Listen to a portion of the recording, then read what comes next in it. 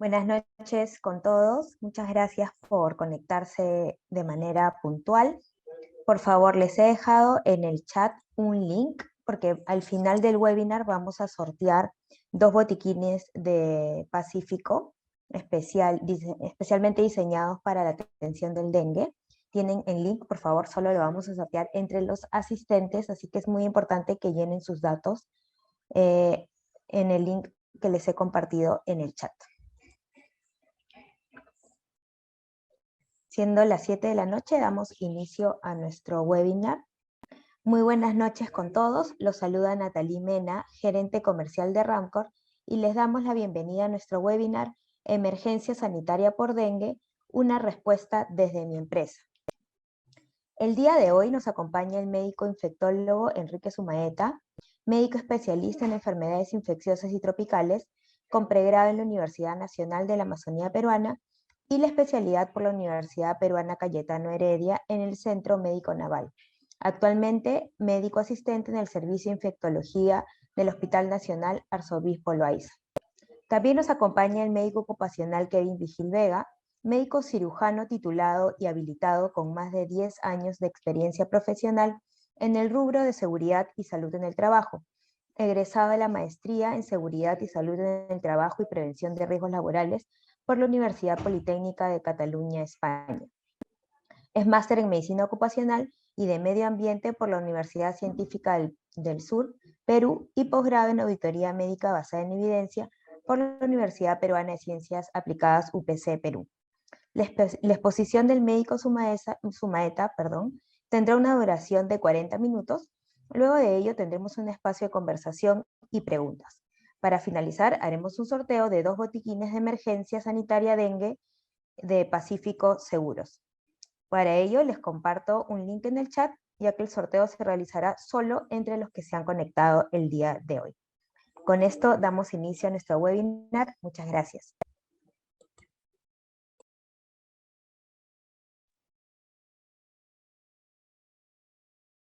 Hola, buenas noches. Natalie, ¿me puedes confirmar si se me escucha bien, por favor? Sí, perfecto, Enrique. Ok, buenas noches a todos. El día de hoy voy a conversar con ustedes sobre esta situación que vivimos actualmente de la emergencia sanitaria que tenemos por el dengue. Dentro de el contenido de esta presentación, pues voy a conversar sobre la situación actual. Vamos a aterrizar en qué condiciones, cuál es la situación epidemiológica del país.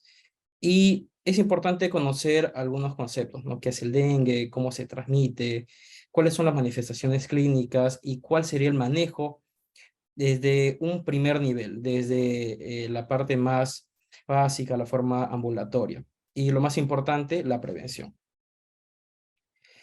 Entonces, ¿cuál es la situación actual que tenemos a nivel del país? Según esta sala situacional del Centro Nacional de Control de Enfermedades de acá del país, tenemos que a la fecha de hoy se han reportado un total de 147.923 casos. De estos, 78.000 más o menos han sido ya casos confirmados y 69.000 como casos probables, ¿no? ¿Esto a qué se refiere? Un caso confirmado es aquel en el cual se tiene una confirmación a través de un examen que confirme la detección de un antígeno, una proteína que nos diga que sí que sí hay una infección por dengue. Pero muchos de estos pacientes a veces no se logran hacer este examen de confirmación, pero ante esta situación de brote y por la clínica se consideran casos probables.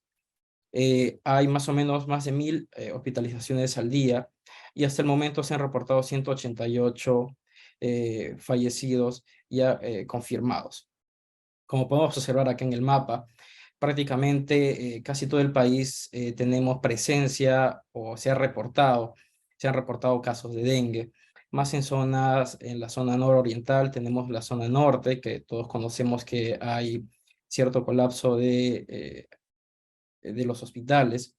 Y asimismo acá también en la capital nosotros tenemos también varios casos. Se han reportado también varios casos en la zona de Ica, Chincha.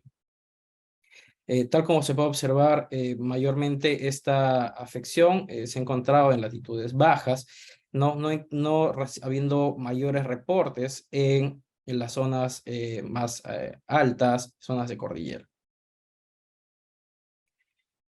Lo que podemos observar en esta tabla es cómo es que se han ido presentando los casos.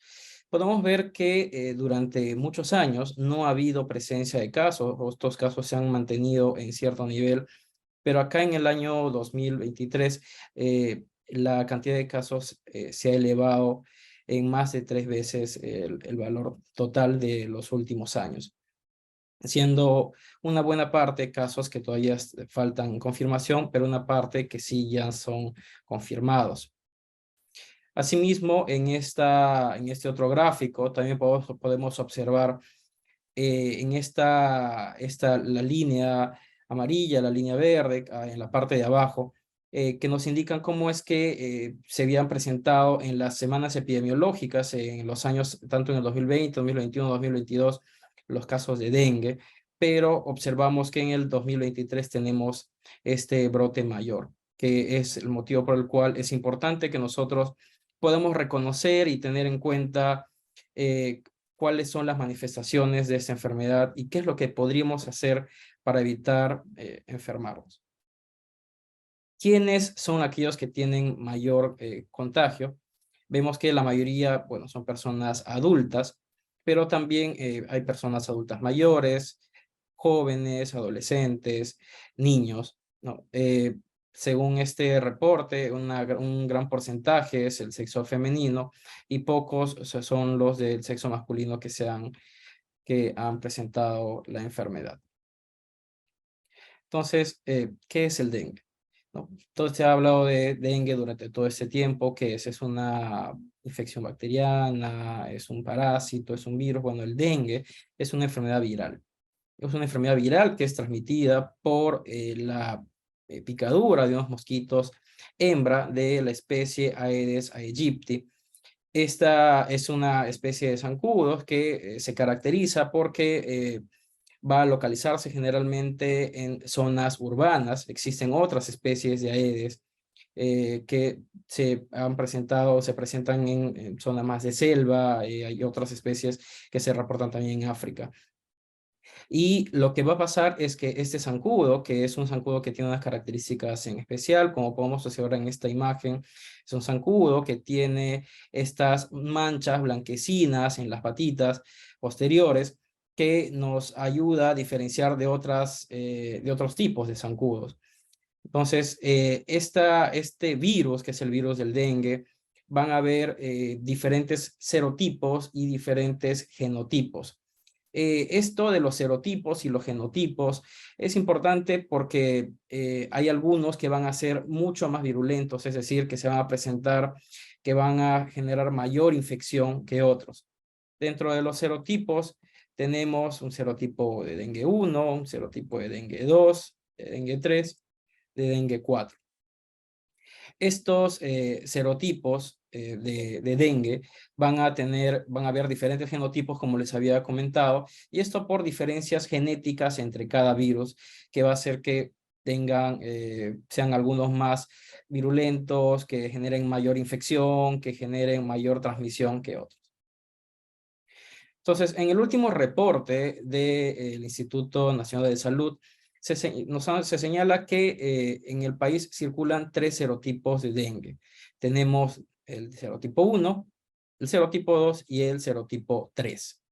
De estos serotipos, tenemos en el serotipo 1, que es el genotipo 5, el serotipo 2, que es el genotipo Cosmopolitan, que es un genotipo híbrido entre el genotipo el americano, el asiático, y el tipo del dengue 3, que es el genotipo 3. Entonces, la mayor cantidad es el tipo 1, poco más, casi la mitad del tipo 2, y escasos son los del tipo 3. Como podemos observar aquí en la imagen de acá del país, esos son los que se han estado reportando. Acá en Lima, la mayor parte de las infecciones son por el serotipo 1, por el dengue serotipo 1, y la otra, casi la mitad por el tipo 2. Escasos son los del tipo 3. Entonces, estas, digamos, genotipos, se van a presentar en diferentes partes del mundo. Entonces, el genotipo 5 generalmente se va a encontrar en América, como estamos acá en el continente americano, en el oeste de África y en algunos países asiáticos. El serotipo 2 es el que generalmente se asocia con mayores tasas de infección. De este serotipo, el asiático es el que tenía mucha mayor capacidad de generar complicaciones, que se ha asociado a brotes anteriormente. Lo que actualmente está presente es el Cosmopolitan, que a diferencia de estos asiáticos y americanos, que de acuerdo a la localización, este Cosmopolitan es de una distribución mucho más amplia, es decir, se puede encontrar en todo el mundo. El dengue 3 tenemos que es el genotipo 3, que si bien es cierto, se ha reportado en África, en India, en Samoa, pero también ahorita hay reportes acá en el país. Y del tipo 4, que también existen 4 genotipos, de los cuales no se han realizado reportes a nivel nacional. Entonces, ¿cómo se va a producir la transmisión? Como había mencionado, esta transmisión se va a producir a través de un vector. Este vector viene a ser el zancudo y este zancudo generalmente va a ser el zancudo hembra. ¿Qué ocurre? Que este zancudo hembra necesita alimentarse con sangre para que genere o cumpla un ciclo dentro de la maduración de sus óvulos. Entonces, ¿qué va a ocurrir? Pues el zancudo va a ingerir la sangre va a ingresar al intestino del zancudo y es acá donde van a ocurrir algunas situaciones. Puede ser que el virus no pase el intestino por algunas situaciones propias de algunos genotipos virales o que una vez que el virus pasa de nivel intestinal a la parte del hemolinfa, la parte interna del zancudo, se va a distribuir en varios órganos, en los ovarios, se va a distribuir a nivel de las glándulas salivales, y es ahí que cuando el zancudo va y pica a otra persona, inocula saliva contagiando este virus. Ahora, zancudo, dentro de su ciclo vital, necesita tener contacto con el agua. Es decir, el zancudo coloca sus huevos en agua y estos huevos cumplen un ciclo de huevos hacia larvas, más o menos en 3 días. En 5 días se forma una forma intermedia, que es una pupa, y más o menos en 2 días después ya tenemos un mosquito joven, adulto, que está eclosionando, ¿no? Entonces, en promedio, más o menos unos 10 días que sigue este ciclo vital. Este zancudo prefiere generalmente, que es un zancudo que lo que va colocar sus huevos en recipientes en los cuales hay presencia de agua. Estos acúmulos de agua van a encontrarse o se relacionan en condiciones en las cuales pues hay mucho hacinamiento, se asocia también a pobreza, a poca higiene. Y a diferencia de otras infecciones producidas por vectores en las cuales también participa un zancudo, pero estos zancudos prefieren colocar sus huevos en cualquier tipo de agua, el zancudo el dengue, que transmite el dengue, la Aedes, prefiere agua limpia, ¿no? Entonces, esta agua la va a encontrar en diferentes recipientes que nosotros podemos tener en la casa y no nos damos cuenta. Y en esta situación en la cual ya existe el vector acá en la capital, es este zancudo el que va a generar la transmisión de la infección. Entonces, ¿cómo es que se produce esta transmisión? Entonces, tenemos un zancudo que no está infectado, un Aedes, que va a picar a una persona que está infectada. Una persona infectada transmite la enfermedad desde un día antes hasta el día final del periodo febril, en promedio 5 días. El zancudo pica y se va a dar un periodo de incubación dentro del zancudo de más o menos de 8 a 12 días. Y posteriormente este zancudo va a picar a otra persona sana, que luego de 3 a 14 días, en promedio una semana, va a desarrollar la enfermedad. Ahora, muchas personas no necesariamente van a desarrollar la enfermedad. Más del 50%, casi un 75% de personas que tienen infección por dengue pueden cursar asintomáticos por varias situaciones. Una de ellas asociadas a infecciones previas y que tengan contacto con el mismo serotipo de la infección anterior, o otras situaciones asociadas a una plausibilidad biológica. Entonces, lo que ocurre es que solamente más o menos el 25% de las personas a las cuales van a poder desarrollar esta enfermedad. Y la enfermedad va a tener un espectro de síntomas, es decir, no existen síntomas específicos que nos van a indicar que hay una infección por dengue.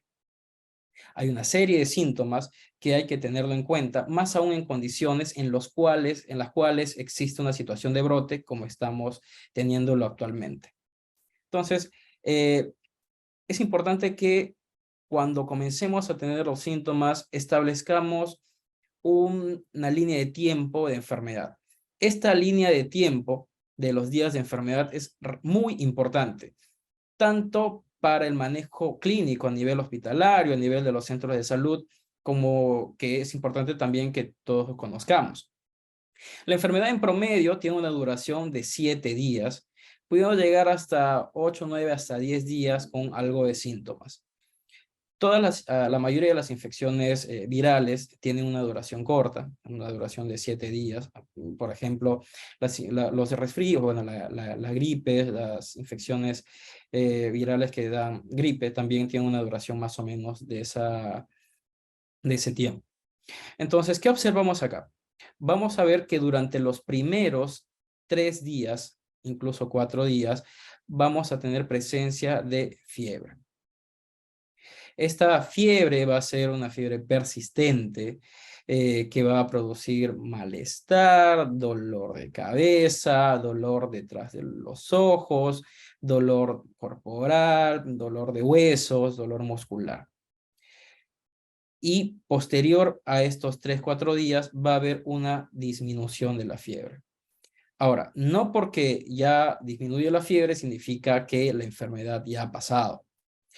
Es en estos días, entre el día 4 y más o menos el día 6, que hay que tener en cuenta algunas situaciones. Pueden existir algunos eventos que se pueden presentar como deshidratación. A nivel de los exámenes de laboratorio va a haber una elevación del hematocrito, que es una concentración de los glóbulos rojos, y se va a observar también disminución de la cantidad de plaquetas. Es en estos primeros días que va a haber también presencia elevada del virus y que va a servir para hacer la detección de un examen que es el antígeno NS1, que es una proteína que se encuentra en el virus que va a ayudar a determinar la presencia de la enfermedad. Entonces, estos primeros días en los cuales tenemos fiebre se va a denominar fase febril. Una vez que se acaba la fase febril, inicia un periodo que se denomina fase crítica. Esta fase crítica es muy importante porque es en esta fase en las cuales las personas pueden complicarse. Complicarse en el sentido de que puede haber un mayor incremento de hematocrito, mayor disminución de plaquetas, puede haber disminución de la presión arterial, pueden haber algunos signos de alarma que lo vamos a revisar más adelante, que se tienen que tener en cuenta, se deben tener en cuenta, porque estos nos indican que se necesita un manejo a nivel hospitalario. Después de esta fase crítica, llegamos a una fase de recuperación que se va a observar durante el día 6, 7, 8 más o menos, en los cuales las plaquetas van a volver a sus valores normales, el valor de hematocrito va a bajar, ya no hay fiebre, como pueden observar acá, la temperatura ya no está reportada, y más o menos hasta el día 7 o a partir del día 7 ya podemos dosar presencia de algunos anticuerpos también en exámenes que se realizan de tipo ELISA, de tipo IgM, IgG. Entonces, este es el ciclo o esta clasificación del curso de la enfermedad. Tenemos una fase febril, una fase crítica y una fase de recuperación. Entonces, entendiendo esto, entenderemos cómo es que se tiene que evaluar a las personas que tienen, bueno, la enfermedad. Entonces, en la fase febril puede haber deshidratación por la fiebre, ¿no? La fiebre alta puede asociarse a algunos trastornos neurológicos, puede haber convulsiones en niños por fiebre muy alta. En la fase crítica va a haber un choque por disminución de la presión. Eso se va a dar porque va a haber una salida de plasma, podrían presentarse hemorragias o podría haber compromiso grave de órganos. Y posteriormente ya llegamos a una fase de recuperación en la cual se recupera el volumen que se ha perdido en la fase crítica que podría presentarse. Estas fases nos sirven para, como les mencioné, tenerlo en cuenta. No es que todas las personas van a llegar a un choque o van a tener compromiso grave de órganos en la fase crítica, pero es importante poder identificar estas manifestaciones. En ese sentido, la Organización Mundial de la Salud hizo una modificación en la clasificación anterior del dengue y actualmente se habla de dengue sin signos de alarma, dengue con signos de alarma y dengue grave. Dengue sin signos de alarma es toda persona que vive o ha viajado en los últimos 14 días en una zona de transmisión de dengue. Recordemos que el tiempo de incubación en la persona es más o menos de 8 a 14 días, en promedio casi una semana, ¿no? Que si yo he estado en una zona en la cual hay transmisión de dengue, una zona en la cual hay un brote de dengue, y yo regreso a mi casa y comienzo a presentar fiebre, malestar, podría ser que está relacionado al sitio en el cual yo estuve anteriormente. ¿Y cuáles van a ser estas manifestaciones que no se consideran signos de alarma? La presencia de náuseas o vómitos, presentar un sarpullido, un rash, dolor de cabeza, dolor detrás de los ojos, dolor muscular, dolor de articulaciones y alteraciones del laboratorio como disminución de los leucocitos. ¿Cuáles son los signos de alarma o aquellos que se deben tener en cuenta para indicar o se tiene que ir a un centro hospitalario? Todo caso de dengue que tenga dolor abdominal intenso o dolor a la palpación del abdomen, vómitos persistentes, acumulación de líquidos que se va a evidenciar a través de una ecografía, presencia de sangrados, somnolencia, letargo o estar muy irritable, desmayos, a nivel del hígado, aumento del tamaño del hígado o un aumento del hematocrito de forma constante. ¿En quienes se considera dengue grave? En aquellos que cursan con un shock o dificultad para respirar por extravasación del plasma, un sangrado grave, ¿no? Sangrado a través de las vómitos con sangre, sangrados ginecológicos voluminosos o sangrado a nivel del sistema nervioso central o alteraciones de laboratorio con elevación de transaminasas que indican inflamación del hígado por encima de 1000, alteración de la conciencia o compromiso cardíaco. Entonces, esta clasificación del dengue nos sirve para que establezcamos cómo va a ser el manejo. Tanto un dengue con signos de alarma como un dengue grave requieren observación estricta e intervención médica inmediata. Dengue sin signos de alarma podría ser valorado en casa, se podría manejar a través de consultas quizás a un centro de salud o a través de algunas recomendaciones que voy a mencionar a continuación. Entonces, este dengue sin signos de alarma se ha clasificado como un grupo A, que el manejo es netamente ambulatorio. Dengue sin signos de alarma, pero con una afección asociada o con un riesgo. Esta se va a denominar en gestantes, personas mayores de edad o menores de edad, presencia de alguna comorbilidad como diabetes, presión alta o un riesgo social. Es decir, de repente alguien que vive solo, no tiene familia.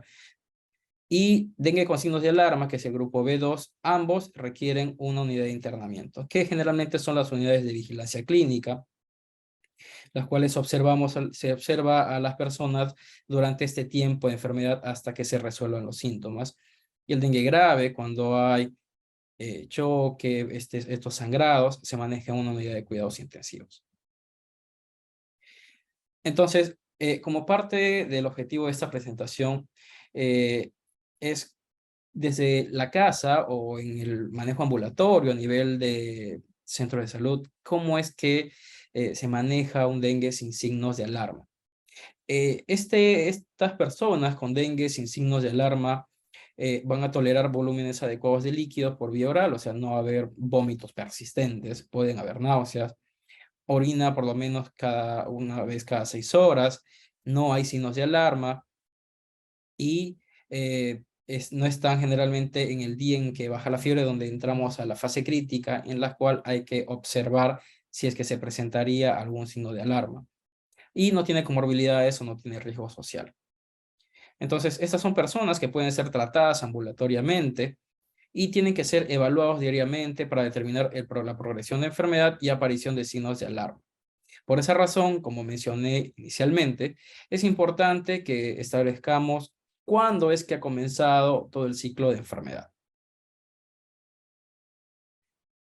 Entonces, dentro de las indicaciones de manejo, se recomienda reposo relativo en cama, debajo de un mosquitero. ¿Por qué? Porque recordemos que las personas, como habíamos mencionado, pueden transmitir la infección desde un día antes hasta más o menos la finalización de la fase febril, que se denomina un periodo de viremia.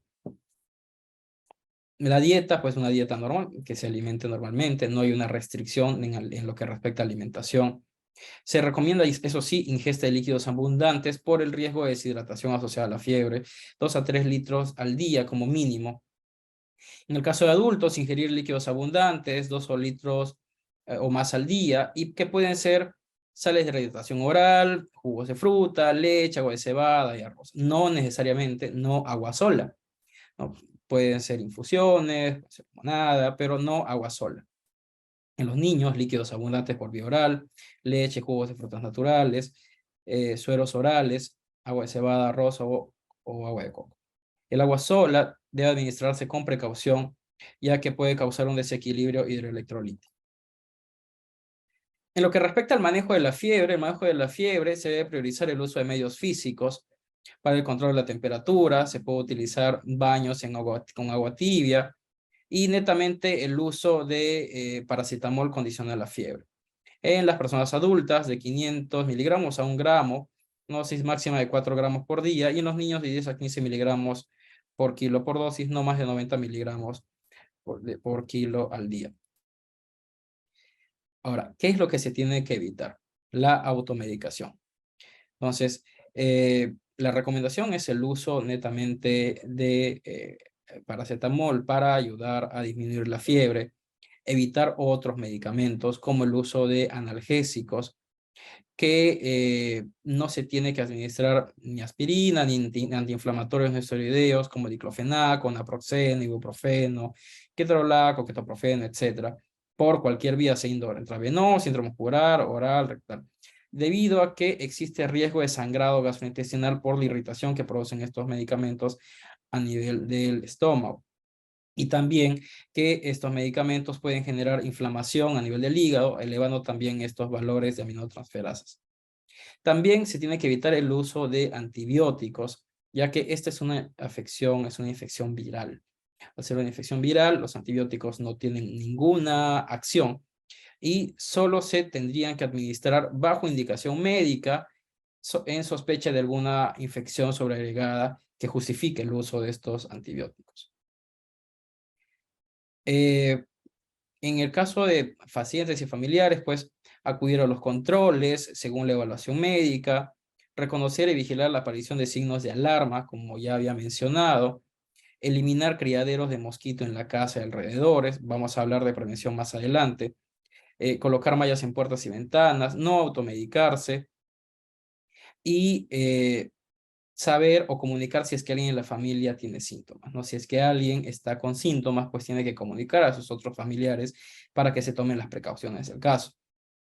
Ahora, hay que buscar atención de urgencia si es que hay dolor abdominal intenso, vómitos frecuentes, somnolencia, sangrado nasal, de boca o cualquier tipo, aparición de heces negras, palidez, frialdad de la piel, dificultad para respirar.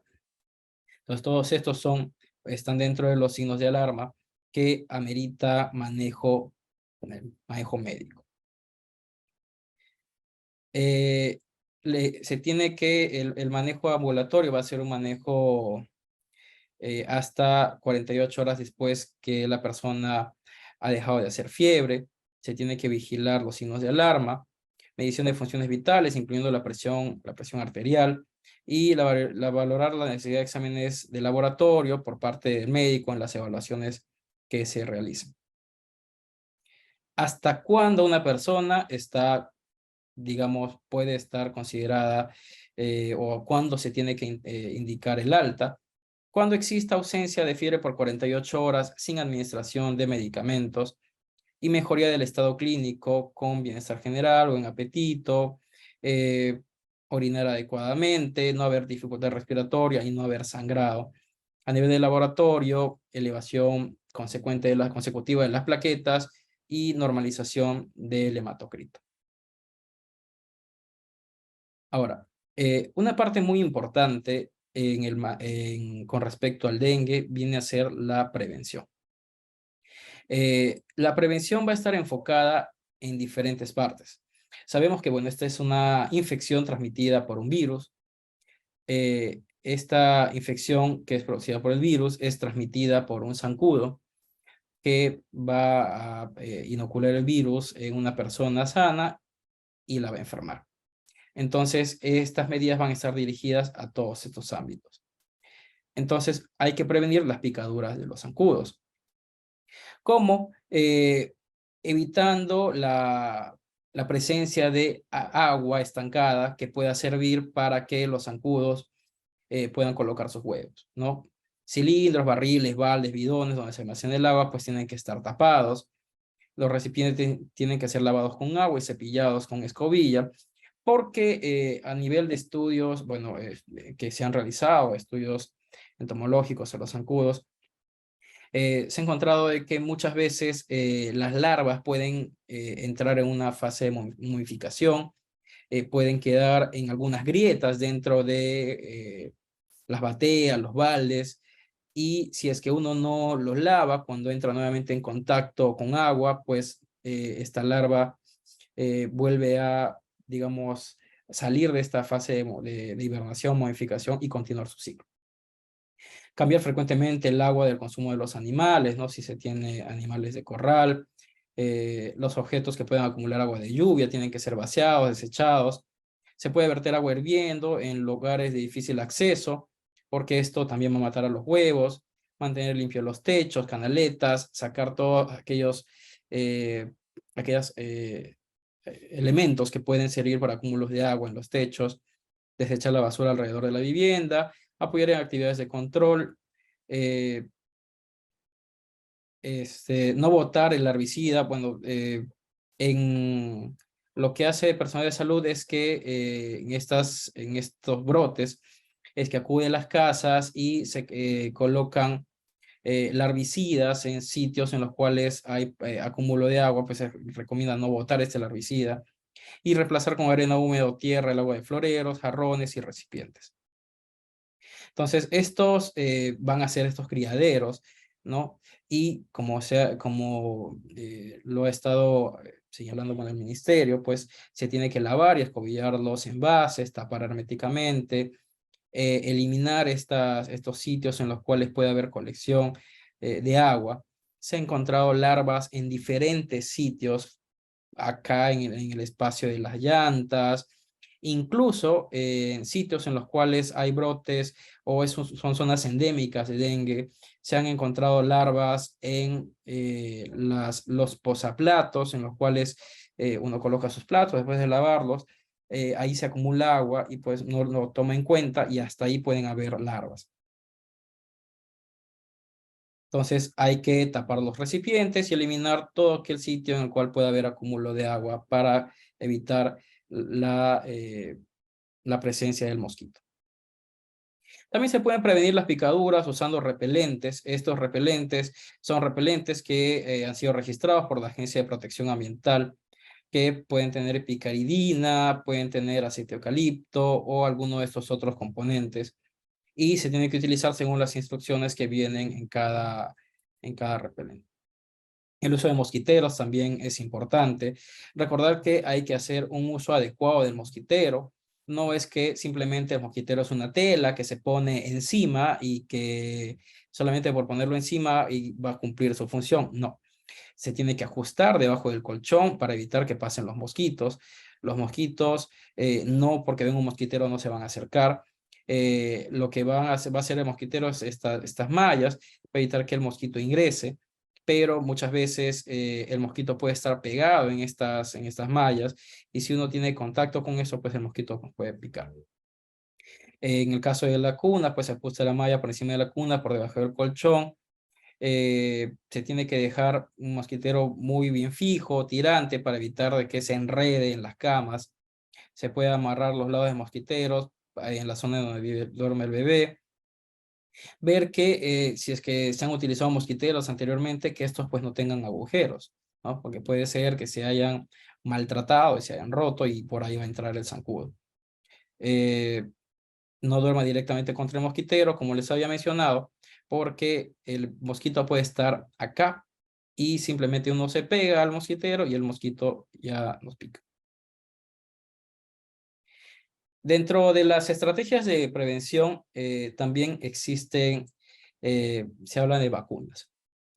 Con respecto a las vacunas, existen 3 vacunas que una de ellas, Dengvaxia, que es producida por Sanofi Pasteur, ya tiene el aval de la FDA desde el año 2021. Tenemos a TAK-003 por Takeda, que tiene la aprobación de la Asociación Europea de Medicamentos, en espera desde el año pasado de que FDA le dé el pase, pero bajo la recomendación de que puede utilizarse en zonas endémicas y depende de cada institución de salud o de cada país. Y esta de Butantan, que es producida, que está aquí en Brasil, ya junto con la Instituto Nacional de Salud de Estados Unidos, que todavía se encuentra en fase 3. Entonces, Dengvaxia, que es una vacuna licenciada, es una vacuna es una vacuna de 3 dosis, que se coloca más o menos en 12 meses, una dosis 0, a los 6 meses y a los 12 meses, indicado entre 9 a 45 años de edad. Con respecto a Dengvaxia, Dengvaxia se ha construido sobre una base genética de virus de fiebre amarilla en la cual lleva pequeños, digamos, primers o clústeres de los serotipos de dengue, 1, 2, 3 y 4.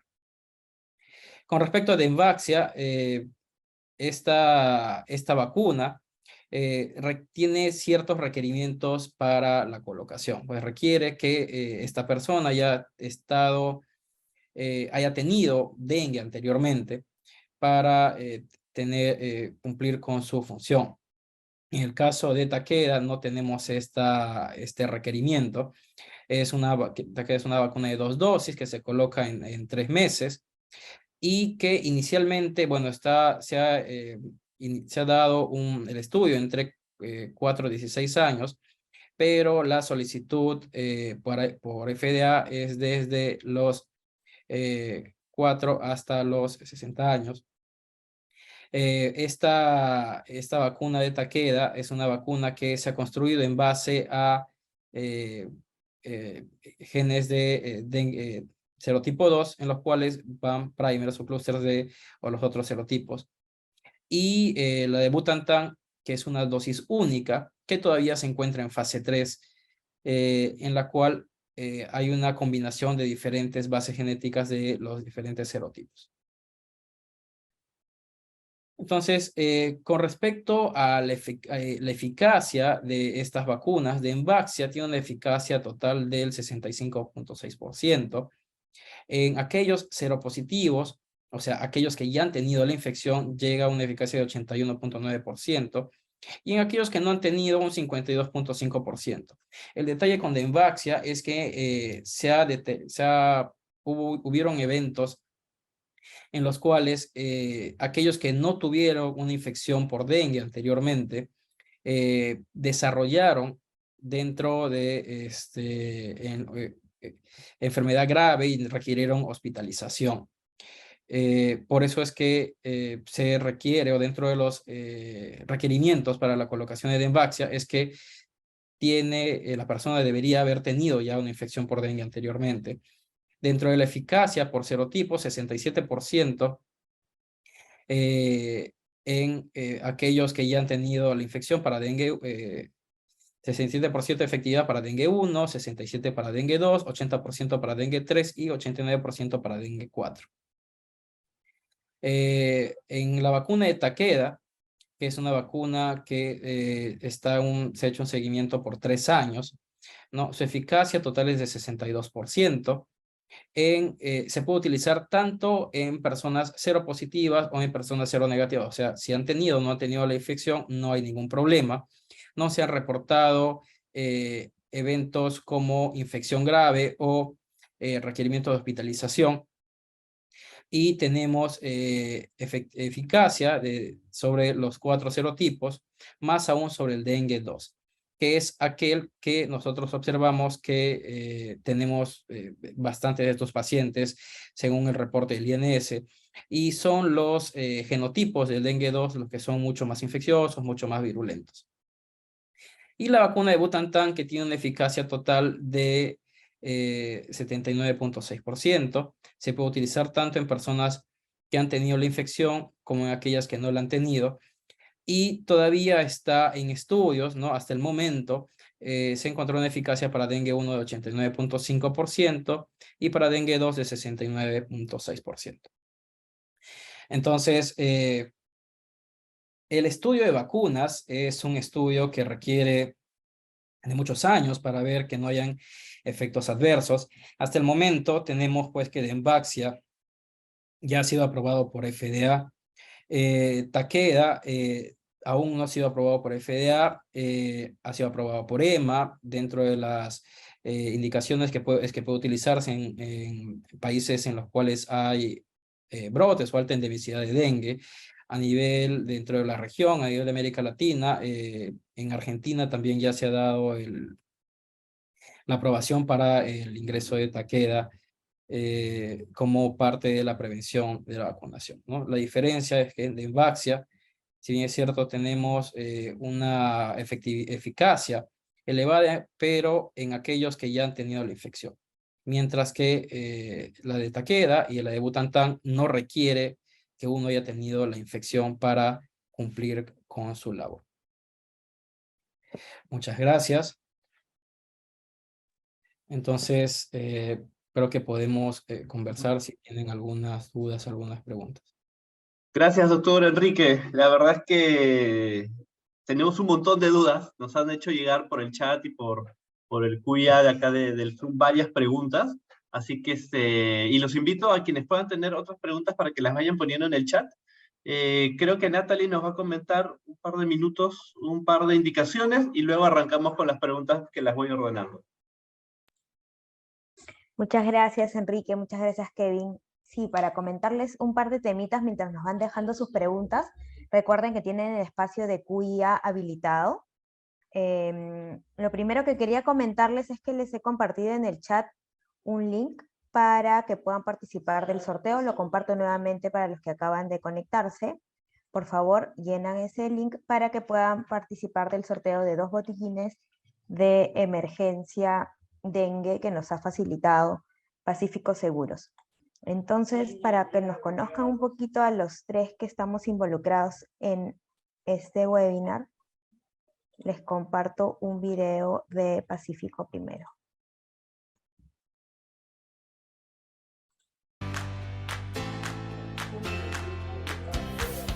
En Pacífico ponemos a tu disposición una oferta completa de prevención de riesgos. Hemos preparado una plataforma que integra la prevención de los principales riesgos que tiene tu empresa. Si eres el responsable de la gestión de riesgos, podrás enterarte de todos los beneficios gratuitos que tenemos para ustedes. Protejamos juntos el bienestar de nuestras empresas y la felicidad de sus colaboradores con Protege 365.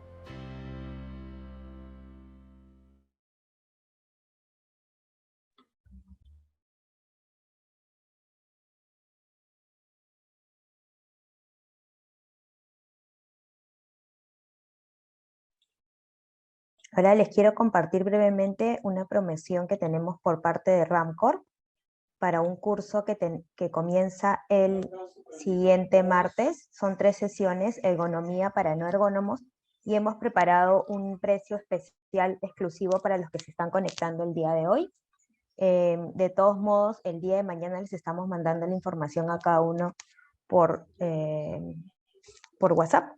Y los que deseen, si alguno está muy interesado para recibir la información de inmediato, nos escribe al celular que está en pantalla y nos dice que asistió el día de hoy al webinar y que desea obtener este beneficio y esta oferta especial.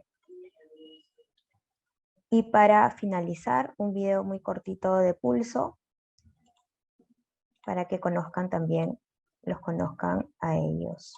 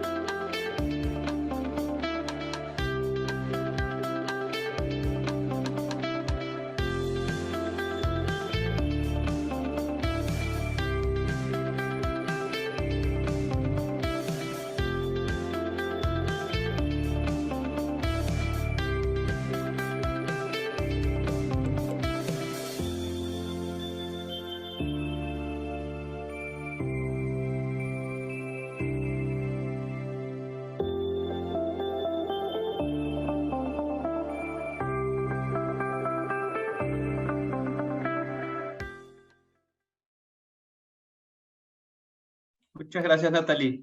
Listo, muchas gracias por su atención. Ahora los dejo para que puedan responder las preguntas de los participantes. Recuerden llenar el formulario, que en breve hago un corte para ver quiénes participan del sorteo. Gracias. Buenísimo.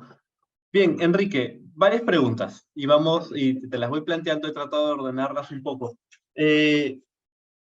Hace 2 semanas o 3 semanas salió la ministra diciendo ya se viene el invierno, el tema va a cambiar, no sé si mucho por lo que está haciendo el ministerio, pero no sé si la temperatura o el clima, entendería que sí tiene alguna relación con la cantidad de las zonas a las cuales o el alcance a las que llega el zancudo.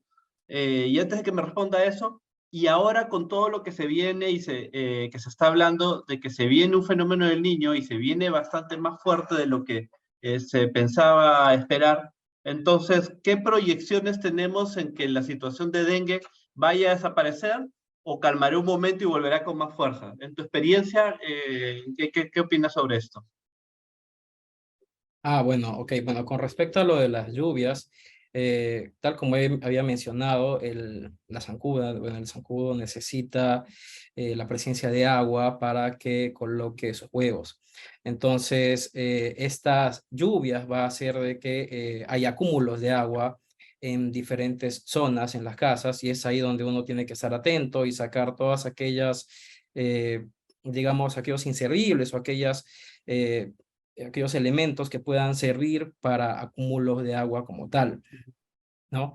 Ahora, con respecto a lo del cambio de clima, en sí, la presencia del dengue, bueno, está asociado bastante a lo que es la presencia del mismo vector, ¿no? Entonces, no es que necesariamente el vector tenga eh, mucha relación con situaciones asociadas al calor, es más asociado a las mismas colecciones. Por lo que hemos visto y lo que hemos presentado, esta elevación de casos a nivel de acá de la capital, a nivel de Lima, ya tenemos entendido de que el vector ya que no habían muchos casos, o los casos eran muy localizados. El vector ya llegó y ya se estableció. Entonces puede ser de que los casos vayan disminuyendo, pero que siempre van a estar. Entonces van a haber momentos en los cuales va a haber un aumentos de casos y va a haber, digamos, tiempos en los cuales va a haber disminución de casos. Pero acá lo más importante pues viene a ser la prevención. La prevención desde el punto de vista a nivel domiciliario, que uno tiene que hacer limpieza, se tiene que hacer evitar la presencia del zancudo. ¿Y cómo evitamos eso? A través de eliminando los sitios en los cuales el zancudo pues, va a colocar sus huevos. Enfocando las preguntas por el tema del zancudo, del vector primero, y por lo que comentó, quien lo transmite es el zancudo hembra, ¿no? El Aedes. No nos comentó mucho acerca de la fumigación. O sea, entiendo que controlamos la población de zancudos, vamos a controlar la cantidad de casos en los cuales el zancudo va a picar y la enfermedad va a continuar. ¿Qué tan efectivo es el tema de la fumigación? O ya si llegamos a un punto de fumigación quiere decir que fracasamos en todo lo previo. No, en los sitios en los cuales hay endemicidad de dengue, se hace un trabajo muy conjunto. O sea, la fumigación lo que va a hacer es eliminar digamos, los zancudos adultos, pero no ayuda con las larvas. Entonces, para las larvas, lo que hacen las DIGESAs, lo que hacen las instituciones es colocar larvicidas en los sitios en los cuales uno tiene acúmulos de agua, pozos, bidones, baldes. Y lo que sí hay que hacer, además de eso, pues es eliminar todos los sitios en los cuales hay acúmulo de agua que no debería haber, ¿no? En sitios como en Iquitos, en zonas de selva, si bien es cierto, se da la fumigación, pero resulta de que también existen situaciones que pueden estar asociadas a resistencia del zancudo, el mismo elemento de fumigación. Pero esto es algo ya que lo maneja mucho más biólogos, entomólogos, área de lo que es salud ambiental, pero la prevención es global, o sea, fumigación para eliminar los zancudos adultos, control de los acúmulos de agua para las larvas, evitar que el zancudo nos pique el uso de mosquiteros, desde el punto de vista de prevención como tal, ¿no? Y una vez, y también saber si es que hay alguien que tiene síntomas, y si esta persona, hay alguien que tiene síntomas de fiebre, malestar, hacerse, pues, acudir al centro de salud o hacer a su evaluación con su médico, se haga sus exámenes y determinar, pues, si es que tiene la infección, si tiene la enfermedad, si tiene el dengue. Perfecto. Y entonces, si hay alguien en la familia que ya lo tiene, entonces probablemente las otras personas también podrían tener. Recuerda que un zancudo vuela alrededor de más o menos 20 metros a la redonda y en altura un poco más de 2 pisos de alto. Entonces, un zancudo, por esa razón es que si uno revisa la página de la CDC, existen unos mapas de calor en los cuales se encuentran zonas más o menos focalizadas donde se han reportado la mayor cantidad de pacientes y son zonas que todas están casi alrededor de un solo sitio. Nos preguntaban también, y con esto vamos terminando el tema del zancudo y vamos pasando porque también hay muchas preguntas de vacunas, de pruebas y todo lo demás. ¿Qué ¿Qué tan algo mencionó, pero hace poco también nos llamaron algunas empresas del sector agro, por ejemplo, o empresas que hacen, ingresan a zonas rurales. ¿El zancudo es un zancudo domiciliario o urbano? O sea, quiere decir, si vamos a la zona rural, ¿no lo vamos a encontrar, no vamos a estar expuestos? ¿O cómo es esta situación? No, el zancudo, o sea, el Aedes El aire. aegypti, el que es el vector, es un zancudo netamente urbano. Tanto así que el zancudo va a preferir, digamos, aguas limpias, por así decirlo, ¿no? Aunque sean aguas estancadas, son aguas limpias, y el dengue no es una enfermedad que se presente, digamos, que no se presente en zonas rurales. Ahora, si por ejemplo, yo vivo o trabajo en una zona rural, pero me he venido acá a Lima y estoy y alguien de mi familia tiene síntomas o ya me ha picado un zancudo, regreso dentro de los 14 días nuevamente a mi zona rural y comienzo a tener sintomatología. No es que me he contagiado en la zona rural, me he contagiado en la ciudad, pero durante el tiempo de incubación, pues he presentado la enfermedad pues, tiempo después, ¿no? Por esa razón es que dengue dentro de lo que es el CDC de Estados Unidos pues se reconoce también como una enfermedad de viajeros, ¿no? ¿Por qué? Por el tiempo que existe entre la infección, bueno, el La contagio, picadura. la picadura y las manifestaciones de enfermedad, que como les había mencionado es en promedio 14, más o menos 14 días, pero en promedio 7, 8, 10 días, pero más o menos eso ocurre. Entonces, no es, pueden haber zancudos en zonas rurales, pero no son estos vectores. Aedes albopictus, que también puede transmitir, es vector de otras infecciones, se encuentra más en selva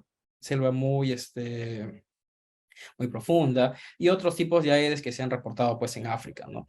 Pero a nivel nacional, en zonas urbanas, pues está Aedes aegypti, que es el vector. Buenísimo, entonces quedaría claro de que es un zancudo o es una enfermedad que es transmitida por el zancudo y que está peridomiciliaria, urbana, y estamos hablando de lugares agrícolas o lugares muy rurales, entenderíamos que es muy raro. Ahora, por acá nos han hecho un par de preguntas y sí creo que es muy importante dejarlo claro. ¿Existe alguna forma de transmisión humano-humano o tiene que existir la picadura de zancudo previamente? Eh, no. O sea, este virus no es que vaya a haber una transmisión vertical como tal, ¿no? No es que, o sea, el virus ingresa al cuerpo y este virus genera una respuesta por parte de nuestro. No es que el virus se replique de forma constante dentro de nosotros. Nosotros tenemos las manifestaciones clínicas debido a la respuesta inflamatoria que se genera por el mismo virus. Donde existe replicación viral es en el zancudo, pero no es que el virus, por ejemplo, ¿no? En caso de VIH, por ejemplo, que el virus se replica dentro de nosotros, el virus del dengue no es que va a tener una replicación constante. El virus ingresa, nuestro cuerpo lo reconoce, se generan elementos que son anticuerpos, esos anticuerpos producen una serie de reacciones que son los que van a llevar a toda la sintomatología que presentamos. Perfecto. Y con esto entonces, descartado totalmente que exista un contagio entre personas, es necesario y fundamental el tema del zancudo en el medio para que esto ocurra, y entiendo por eso es que todas las estrategias de prevención que hagamos desde nuestras empresas tiene que ser enfocado, uno, como decía el doctor Enrique, en trabajar en la prevención primaria, antes de tener la enfermedad, en todo lo que sea eliminación de lugares donde se pueda reproducir el zancudo, ¿no? Y que, como decía Enrique, este zancudo hembra es medio especial y solo se suele reproducir en aguas limpias, no estancadas ni lagunas, ¿no? En aguas limpias de la lluvia. Entonces, por eso las lluvias exacerba en temas de lugares donde se puede reproducir el zancudo.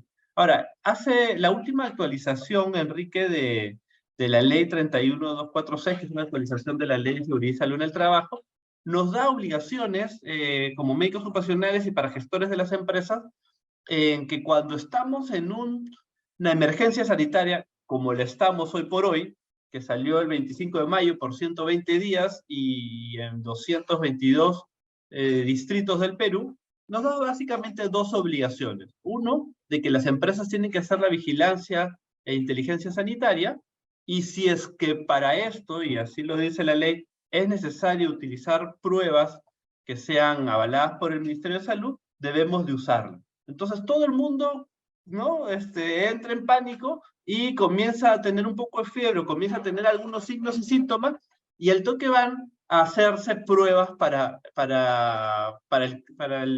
el dengue. Entonces, ¿qué es recomendable? O sea, ¿hay alguna prueba que debamos de hacer?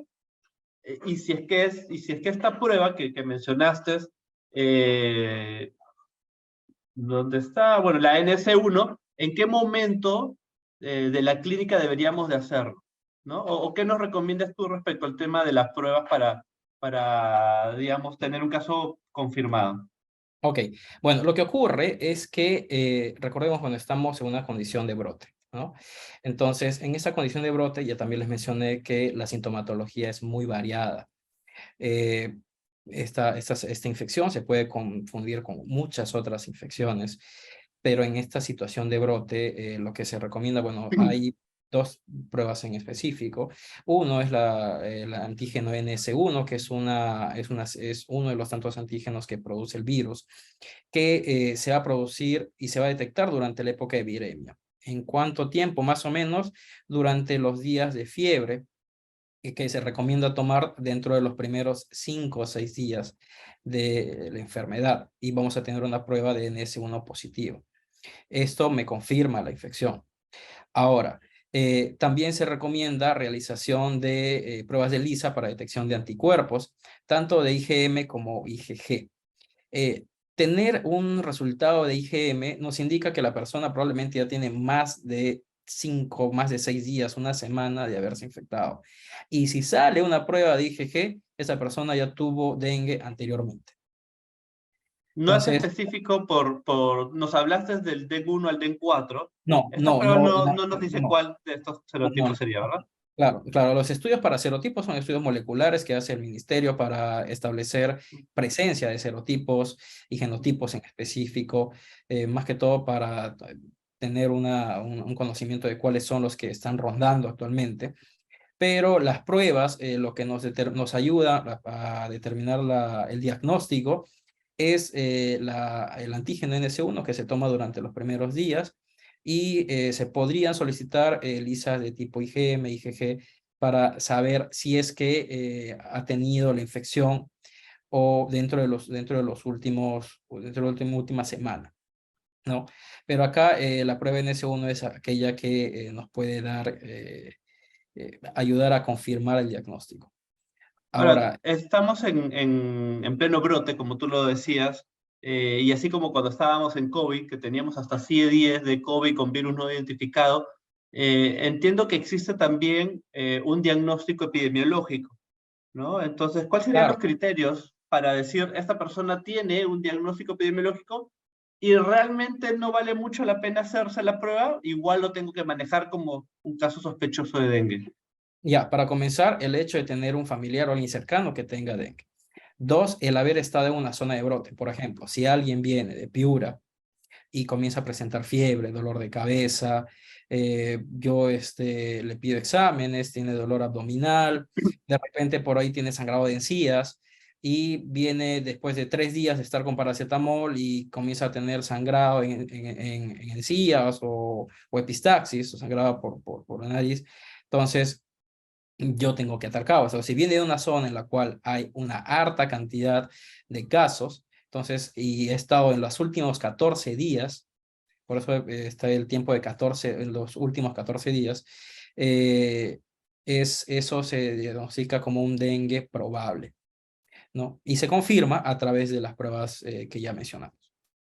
O sea, en los últimos 14 días estuvo en una zona donde hay Endémica, casos confirmados, casos endémica, confirmados, exactamente. más signos y síntomas compatibles con dengue, yo lo trato ya como un caso sospechoso o probable, como tú dices, y iniciamos con todo el esquema, ¿verdad? Así es, más que el esquema, bueno, es simplemente observar, ¿no? Ujú. Observar, iniciar acá, como les había mencionado, establecer una línea de tiempo. ¿Cuándo ha comenzado con los síntomas? ¿En qué día de infección estamos? ¿En qué fase del curso de la enfermedad? ¿Estamos en fase febril? ¿Estamos entrando a fase crítica? Tal vez ya está saliendo de la fase crítica, estamos entrando en una fase de resolución. Entonces, el manejo es más que todo con sintomáticos, hidratación, y desde el punto de vista de ustedes como médicos ocupacionales, médicos evaluadores, médicos de empresas, acá si tienen algún paciente en el cual sospechan de dengue y tienen laboratorio en su unidad, pues tomar hematocrito, plaquetas, evaluación diaria para establecer en qué momento el paciente podría estar entrado en una fase crítica desde el punto de vista del laboratorio. Y obviamente dentro de esta evaluación diaria también establecer cuáles son los síntomas que el paciente tiene, ¿no? Esta enfermedad es una enfermedad que requiere, digamos, un acompañamiento, un control estricto, o sea, estar al costado de la persona que se enferma, ir viendo cómo es que va. Deja de orinar, comienza a tener mucho sueño, frialdad, se toma la presión y su presión está en una presión muy baja para una persona. Bueno, si es un clínico, va a establecer la presión arterial media. Entonces, evaluar todo eso. Y en base a eso, pues existen recomendaciones en la norma técnica, la última actualización de 2017, sobre cuáles son las recomendaciones de hidratación, ¿no? Pero esto es ya desde el punto de vista clínico, en las unidades de vigilancia clínica que existen en los hospitales, pero desde el punto de vista de las evaluaciones que hacen a nivel de empresas, los médicos que están en las unidades médicas, por así decirlo, si tienen un paciente que viene de una zona y que tiene un nexo epidemiológico, hay que acompañar al paciente todos los días. Todos los días evaluar y ver exámenes. Todos los días evaluar Entonces, y... si vamos a establecer nuestra vigilancia epidemiológica desde la empresa con médicos ocupacionales, entendería, viene de zona endémica o estamos en zona endémica, presenta signos y síntomas, cefalea, fiebre, náuseas, vómitos, dolor retroorbital, lo que nos dijiste es en un periodo de 7 días, lo vigilamos. Si tenemos laboratorios, hay que chequear hematocrito que no haya hemoconcentración, hay que chequear plaquetas que no bajen las plaquetas, y de momento a los 7, 8, 9 días la fiebre desaparece y sale, y eso es lo que podemos hacer en caso de dengue sin signos de alarma. Ahora, Exactamente. lo que sí me parece importante recalcar, hasta ahí lo podemos manejar, y el paracetamol, la hidratación, chequear y estar muy atentos a que no haya signos de alarma. Recuérdanos cuáles son los signos de alarma, porque si alguno de estos se presenta, ya no es manejo de una unidad de salud ocupacional, e inmediatamente tenemos que asegurarnos de que este paciente o este trabajador acuda a un centro asistencial de mayor nivel. Recuérdanos, por favor, Enrique, los signos de alarma. Claro, dentro de los signos de alarma pues está vómitos persistentes. La misma infección puede hacer que la persona tenga náuseas, no quiera comer, se le baje el apetito y es normal, ¿no? Pero vómitos persistentes, disminución progresiva de las plaquetas. Lo normal de plaquetas sabemos que va de 150.000 a 450.000, pero que al día siguiente está en 80.000, al día siguiente está en 30.000, al día siguiente está en 20.000.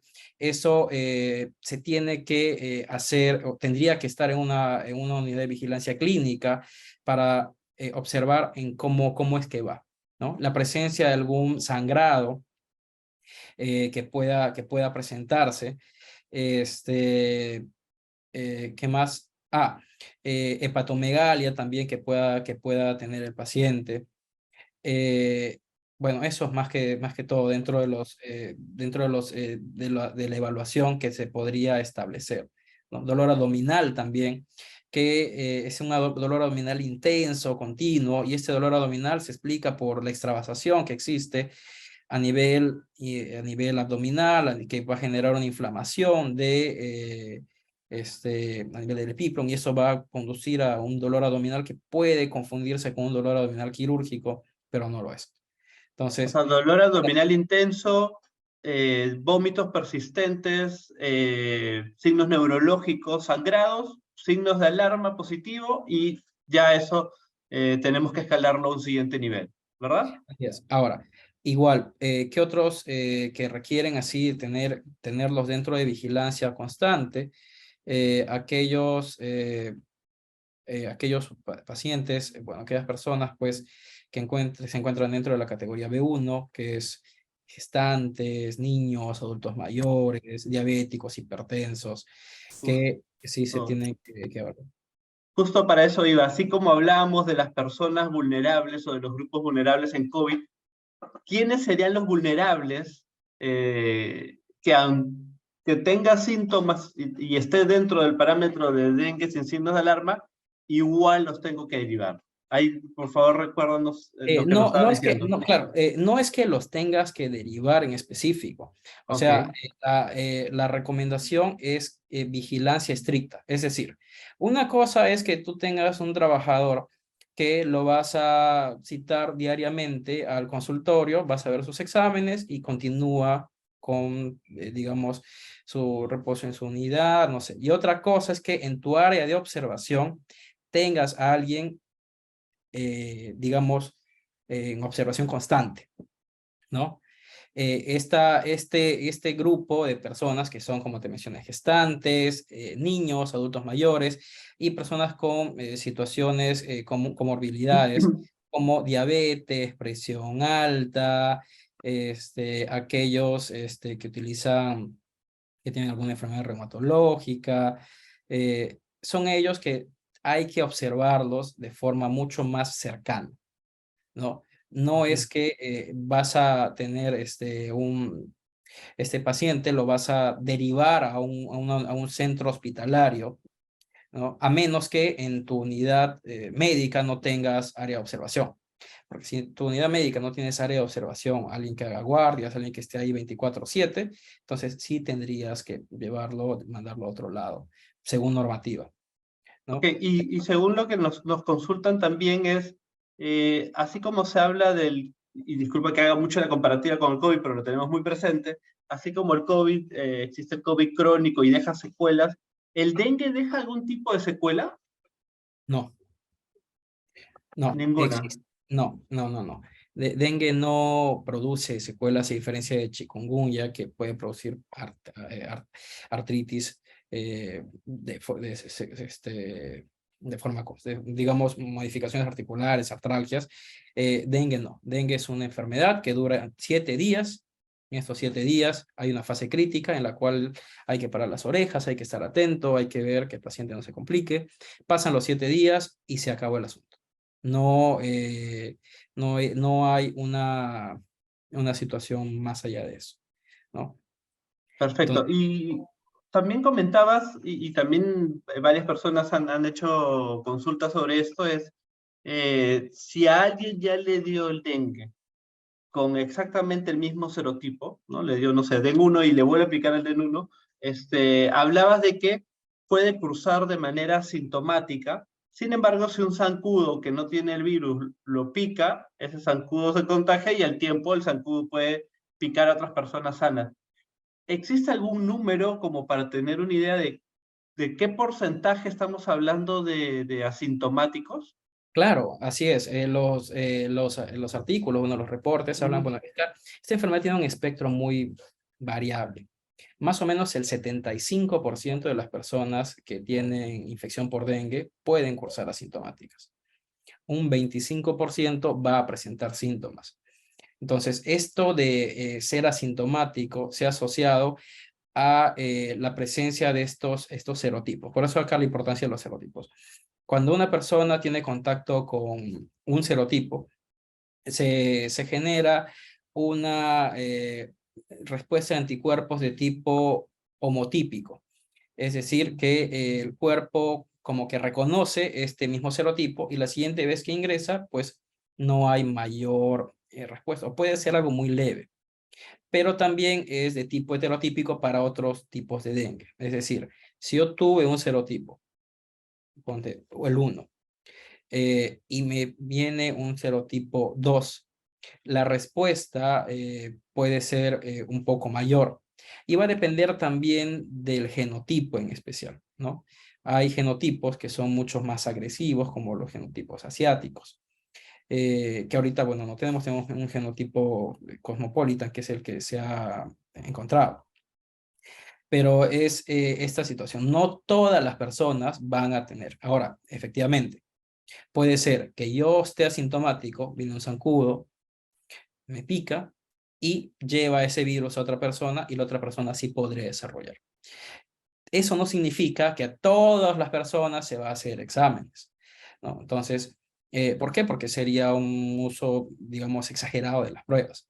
Simplemente en aquellas personas que tienen sintomatología, pues se hacen las pruebas, y en aquellas que no tienen, pues no habría ningún motivo para hacerse testeos, ¿no? Porque no va a haber mayor, digamos, mayor impacto desde el punto de vista epidemiológico, porque son aquellas personas que tienen enfermedad activa, son estas personas que por la misma enfermedad pues van a, digamos, no van a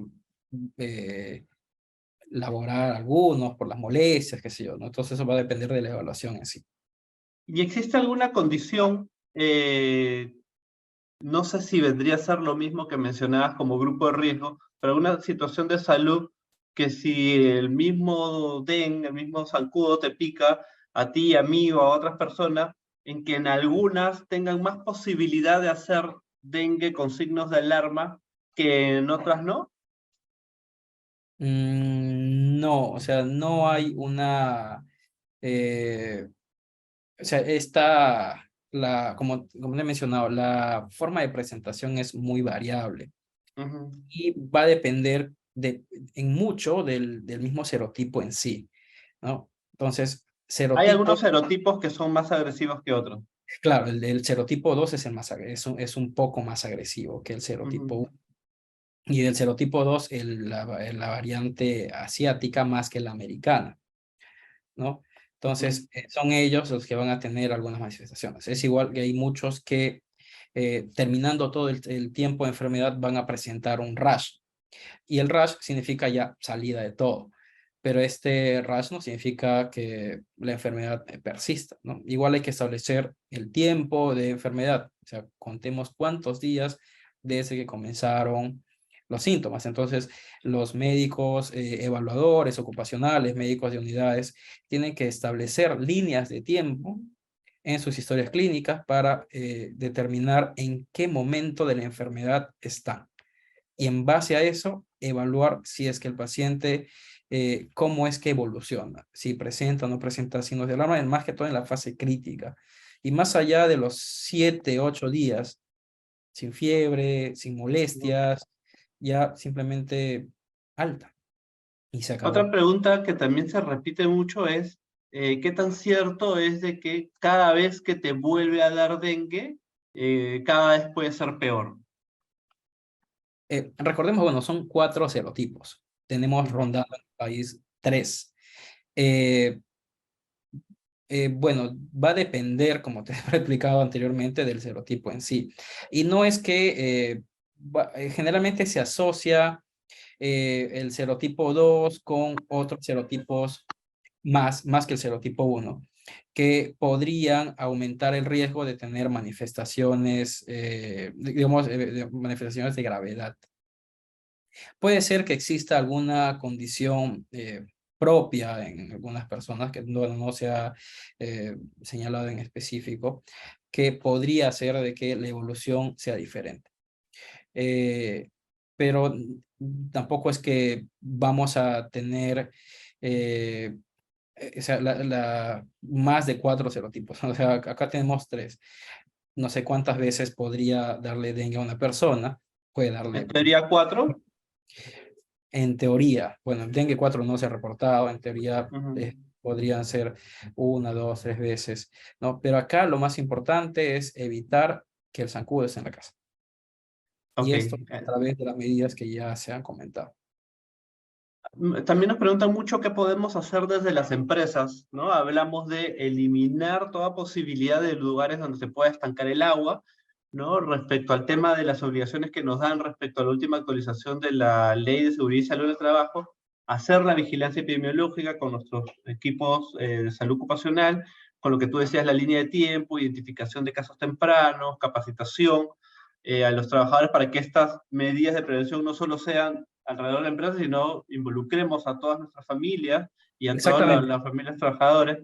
Exactamente, porque lo que ocurre es que de repente, no sé, dependiendo del rubro de la empresa, quizás no tengan elementos en los cuales va a haber acúmulos de agua, ¿no? O sea, se pueden tomar las medidas adecuadas, eh, pero el detalle está en lo que viene atrás, o sea, el trabajador, el colaborador en sí, ¿no? ¿Cómo es que la situación se está llevando en su casa?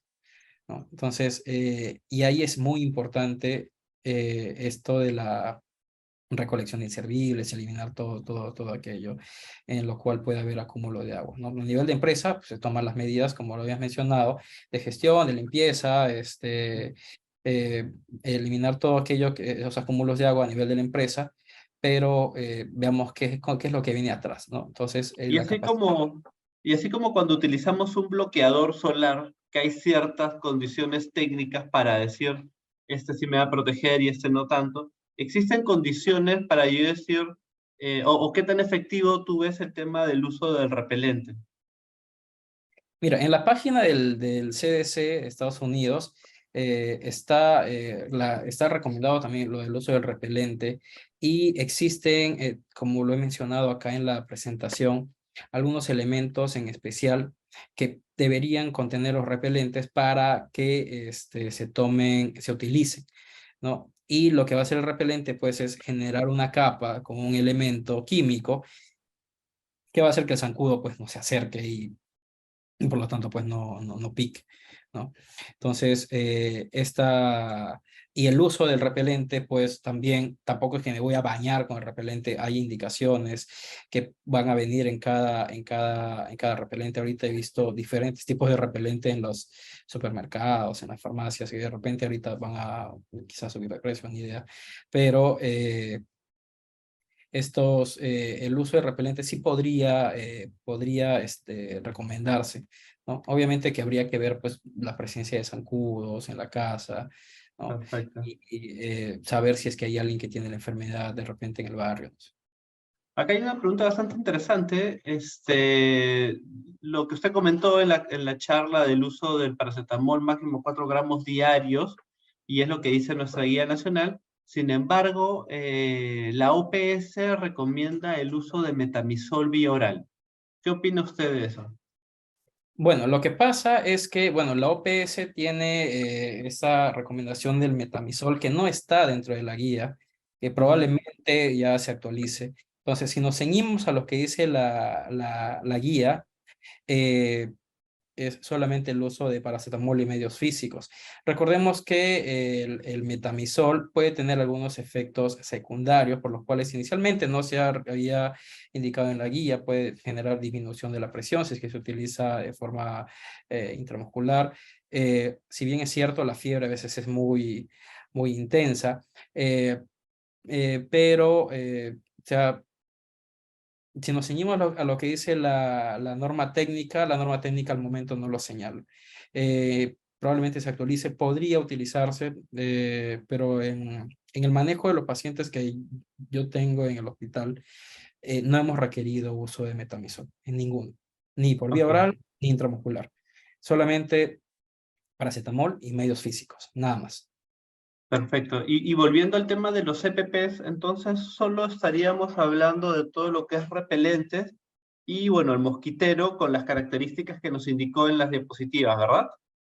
Exactamente. O conoce usted algún otro tipo de EPPs o de barreras que pudiéramos utilizar? Eh, bueno, dependiendo de la densidad de zancudos, ¿no? Se podrían incluso colocar mallas en las ventanas, ¿no? Para evitar el ingreso también de zancudos a las casas. Eh, Incluso el creo que uso- hay mallas y mosquiteros que tienen ya un tema de repelentes impregnados en la misma tela, Exactamente, sí, ¿verdad? exactamente así es. Existen mosquiteros que son mosquiteros impregnados, y estos mosquiteros impregnados con insecticida lo que van a hacer es, como les mencioné, está el mosquitero y el zancudo está ahí paradito esperando de que alguien se pegue al mosquitero para picarlo. Como están estos impregnados de insecticida, lo que va a hacer es que el zancudo no se acerque al mismo mosquitero por el insecticida y evitemos esta situación. Porque no es que tengo el mosquitero y el zancudo mira el mosquitero y se va. No, el zancudo está queriendo sangre porque es parte para su ciclo gonadotrófico. O sea, la zancuda necesita sangre para que sus óvulos maduren. Por esa razón es que está ahí buscando sangre.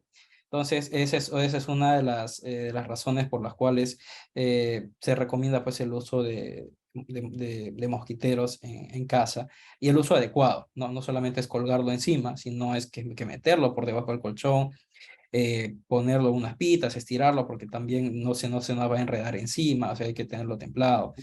Son esas sugerencias que hay que tomarlas en cuenta. Quizás no Perfecto. están acostumbrados al uso, pero bueno. Y también tenemos varias preguntas respecto al tema de las vacunas, pero yo creo que la que más se repite es, ¿existen vacunas de estas tres que nos dijo? Aunque bueno, la última de Brasil nos dijo que todavía está en la tercera fase de experimentación, pero bueno, la que está aprobada por la FDA, la de Invaxia y la Takeda, la japonesa, ¿alguna de estas dos ya está accesible de alguna manera en el Perú? ¿O están aprobadas por el Ministerio de Salud? No. O sea, Demaxia está aprobada por la FDA, aún no ha ingresado al país. Takeda, bueno, tengo entendido que se ha mencionado que probablemente iba a ingresar al país. Takeda, según la última actualización, lo que he revisado en la página de la misma empresa, de misma Takeda, es que ellos han solicitado autorización a FDA en diciembre del año pasado, que todavía al momento no les ha dado, pero Takeda está ingresando o ha ingresado a Argentina y ha sido aprobada por la Asociación Europea de Medicamentos y dentro de sus recomendaciones es el uso en zonas endémicas y depende del mismo Ministerio de Salud o las instituciones que estén en cierto modo sean responsables, ¿no? En el caso de Emvaxia, como había señalado, dentro de lo que ocurre es que para que Emvaxia funcione, es que la persona debería haber tenido ya dengue anteriormente. Entonces, recordemos que las compras de vacunas pues generan así como ocurrió en COVID, ¿no? Se han realizado compras de diferentes vacunas, evaluando efectos secundarios, efectividad, eficiencia, ¿no? Al momento, dentro de lo que es el ministerio, tengo entendido que al momento no tenemos Demaxia, probablemente Takeda ingrese, pero no hay más información.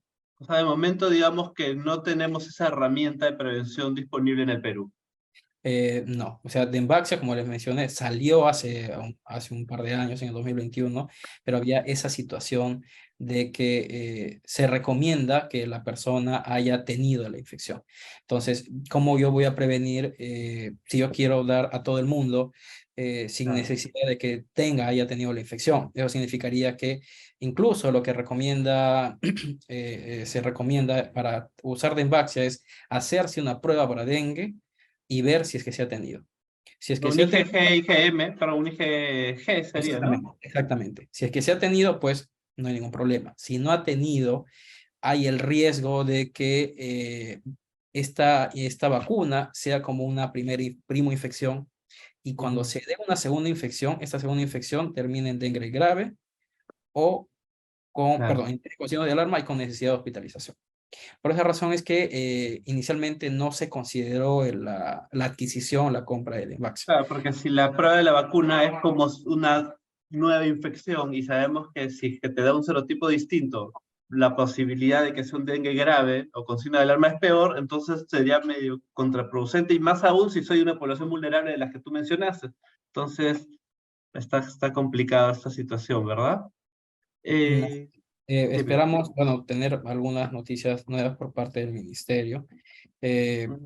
Bueno, probablemente en el último comunicado había señalado que probablemente iba a ingresar Takeda, pero bueno, no sabemos. Recordemos que esta vacuna todavía está dentro de una fase Ha sido una vacuna de fase 3, está en 3 años de investigación. Generalmente las vacunas se siguen por 5 años, pero los resultados que se han obtenido son resultados alentadores, resultados buenos. La vacuna de Butantan es mucho mejor, pero todavía falta más. No hay más datos con respecto a los serotipos 3 y 4. Acá nos hacen una pregunta interesante que también se repite un poco, es si el vector, el zancudo, suele tener alguna hora pico donde, no sé, si es más nocturno, si es más diurno, en qué momento pica más, donde debemos tener mayor cuidado. Bueno, el zancudo pica más durante el día, ¿no? Más durante el día que en la noche. Y prefiere pues zonas alejadas, ¿no? O sea, piernas, brazos, ¿no?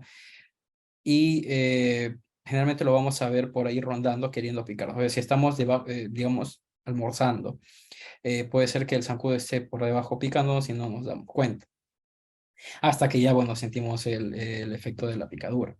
Es más, no es tan vespertino como el anófeles. Es más, digamos que en el día que en la misma noche. Acá hay una pregunta bastante específica y te comento las dos y ahí nos dicen, ¿no? La primera pregunta es, ¿cuánto tiempo nos suele marcar positivo el IgG-IgM en dengue? Y la otra pregunta respecto a vacunas es, respecto a lo que tú has mencionado, de que el Dengvaxia te pide una cierta inmunidad previa versus la Takeda que no, pero no tiene todavía la FDA, como infectólogo, ¿qué recomendarías tú? ¿No? ¿Cuál te parece más segura, más viable, más aplicable? Ya, bueno, que en lo que respecta a vacunas, si bien es cierto, Takeda no tiene la aprobación del FDA, que es digamos, la institución norteamericana, pero bueno, ha sido aprobado por la Asociación Europea, entonces ya tiene una aprobación. Y si nos vamos desde el punto de vista de prevención, pues la de Takeda, pues si hacemos, si vieron la tabla, en comparación de eficacia total, prácticamente los dos están iguales, por encima del 60%. Y lo bueno es que no requiere el tener ser cero positivo o ser cero negativo, o sea, haber tenido una infección previa, ¿no? Entonces, sí tiene, y además que Takeda tiene más eficacia en el serotipo 2, que es el serotipo que es un poquito más, digamos, más virulento, que es más infectante, ¿no? Que es el que generalmente tiene estos genotipos americano, asiático, el cosmopolitan. Entonces, desde ese punto de vista, Takeda sería una mejor opción más que Dengvaxia. Una persona nos pregunta, a toda mi familia le ha dado dengue menos a mí. ¿Por qué? ¿Podríamos estar hablando de que sería muy probable que sea un asintomático? Probablemente, ¿no? Habría que valorar también algunas situaciones en particular, ¿no? Uno, ponte un ejemplo. Ya, esta persona es un padre de familia que prácticamente no está en su casa todo el día, y las personas que están en la casa todo el día son aquellas a las que les ha dado, ¿no? Y que regresan en la noche, en las Ok. cuales no hay mucho ciclo de zancudo, ¿me entiendes? ¿No? Y ese es su ciclo, digamos, su rutina, y eso hace que no haya estado más tan expuesto, Ok, ¿no? perfecto. Esa es una hipótesis. La otra situación es que sea un asintomático. Esa es otra situación. Y para ir terminando, Enrique, también nos preguntan, uno, ¿qué tan recomendable o tú qué opinas de que las empresas asuman el tema de fumigaciones en sus instalaciones? Y en caso que sí, ¿con qué frecuencia debería de hacerse? Ya, bueno, depende, ¿no? O sea, habría que establecer, bueno, primero si es que tenemos al vector, dependiendo igual dónde está la empresa, ¿no? Entonces, si es que hay presencia del vector, sí se recomendaría lo de la fumigación. Y esto, la frecuencia va a depender de la misma presencia del mismo vector en sí, ¿no? Entonces, ¿por qué? Porque lo que hace la fumigación es utiliza un insecticida, ¿no? Que generalmente es picarilina, que está en una suspensión de vapor de agua, y lo que hace es que se fumiga, pues, ¿no? Y se genera una nube, y esta nube impregna el sitio y luego cae. Pero no es que esto se va a mantener, pues, por semanas y semanas. Se supone que el motivo de la fumigación es eliminar, digamos, la presencia de zancudos. Y habría que saber dónde está la empresa, ¿no? Si la empresa está en una zona en la cual es una zona donde se ha encontrado o se han reportado casos, ¿no? Y el médico ocupacional tiene que revisar la página de CDC, ver los mapas de calor y ver la presencia de casos en la zona. Sí podría recomendarse, podrían solicitar a lo que es DIGESA o Salud Ambiental que haga una inspección o búsqueda entomológica y determinar la presencia del zancudo para lo de la fumigación. Perfecto, Enrique. Entonces, espero que con tus recomendaciones y con los más de 150 personas que se han conectado el día de hoy, hayan quedado bastantes dudas aclaradas. Igual por ahí queda una que otra, pero creo que hemos abarcado la gran mayoría de ellas. Espero que con lo del fenómeno del niño que se viene, ya sabemos que se viene de todas maneras, nos coja mejor preparados respecto a esto, porque justo hablaba contigo hace unos días y veíamos por qué en Piura hay muchos más casos. Sin embargo, en otras regiones donde tienen más casos tienen mayor tasas de mortalidad, ¿no? Y tú me decías de que los médicos de Piura, bueno, ya digamos que están un poquito más acostumbrados al manejo de estos casos, porque esto es algo que lo tienen todos los años y otras regiones no tanto, ¿no? Claro, y no solamente desde el punto de vista del personal médico o la parte clínica en sí, sino en todo el aspecto de prevención. Esto es una situación que abarca a los municipios, gobiernos regionales, a las jerezas, direcciones de salud, que tienen que tomar acciones en aquellos sitios en los cuales es frecuente, la gente ya sabe. En aquellos sitios en los cuales se están presentando brotes, como ahorita en Lima, donde antes solamente se reportaban casos escasos en San Juan del Lurigancho, en el Callao, ahora tenemos casos en toda la ciudad. Y zonas de Ica, Chincha, en los cuales siempre también ha habido, pero ha aumentado por montones. Entonces hay que mejorar la parte de prevención. Y es ahí donde en la parte de lo que es las empresas, ustedes como médicos ocupacionales tienen que estar atentos con su personal y la evaluación. La evaluación al costado del paciente una vez que comience a tener los síntomas. Además, y ya con eso cerramos, no olvidar de que el mismo zancudo que transmite el dengue es exactamente el mismo zancudo que nos puede transmitir el chikungunya o el Zika, que gracias a Dios, y no sé cómo, todavía no se han dado brotes de estas enfermedades, teniendo todo el escenario para que esto suceda. Pero bueno, espero que no lleguemos a eso. Muchas gracias, Enrique, y te dejo para que des tus palabras finales y de ahí para que nos dé algunas indicaciones, Natalie. Muchas gracias a todos. Buenas noches. Ok, bueno, muchas gracias a Pulso por haberme contactado y y a Pacífico también por esta oportunidad. Es importante conocer estos puntos. Si bien es cierto, hay varias preguntas que han quedado pendientes, pero probablemente se van a dar algunas otras charlas y podamos resolver algunas otras dudas. La prevención es muy importante. Tanto desde el desde la casa hasta las instituciones en las cuales labora. Entonces, esa es una enfermedad muy dinámica, tiene diferentes síntomas, estamos en una situación de varios casos, hay muertes, entonces hay que estar muy atentos a las manifestaciones y no automedicarse, no utilizar antibióticos, hidratarse bastante. Listo, gracias. Muchas gracias, Kevin. Muchas gracias, Enrique, por su exposición e intercambio de ideas y la resolución de consultas el día de hoy. Les estamos compartiendo aquí en el espacio de Zoom una encuesta de satisfacción.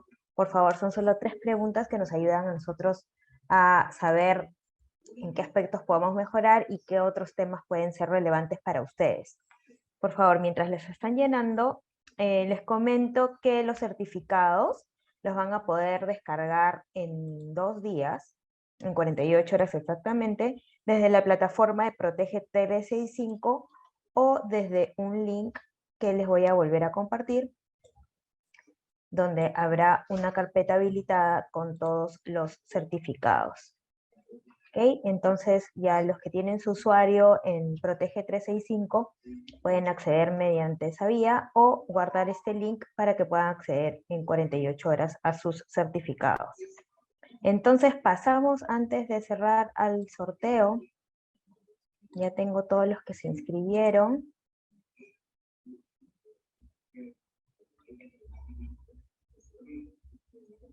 A ver, están por aquí. Son 2 botiquines para atender la emergencia dengue que nos está facilitando Pacífico. Entonces voy a girar la ruleta 2 veces. Tenemos que esperar que quede fija.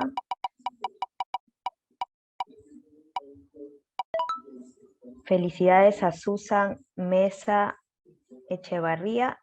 Nos vamos a comunicar contigo para poder coordinar el recojo del botiquín. Y el segundo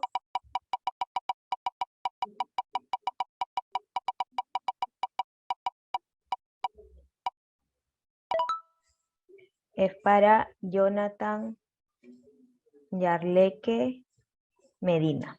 Muchísimas gracias, felicidades a ambos. Nos vamos a comunicar con ustedes para que puedan recoger los botiquines. Y de momento es todo. Muchísimas gracias. Lo último, los invitamos la siguiente semana.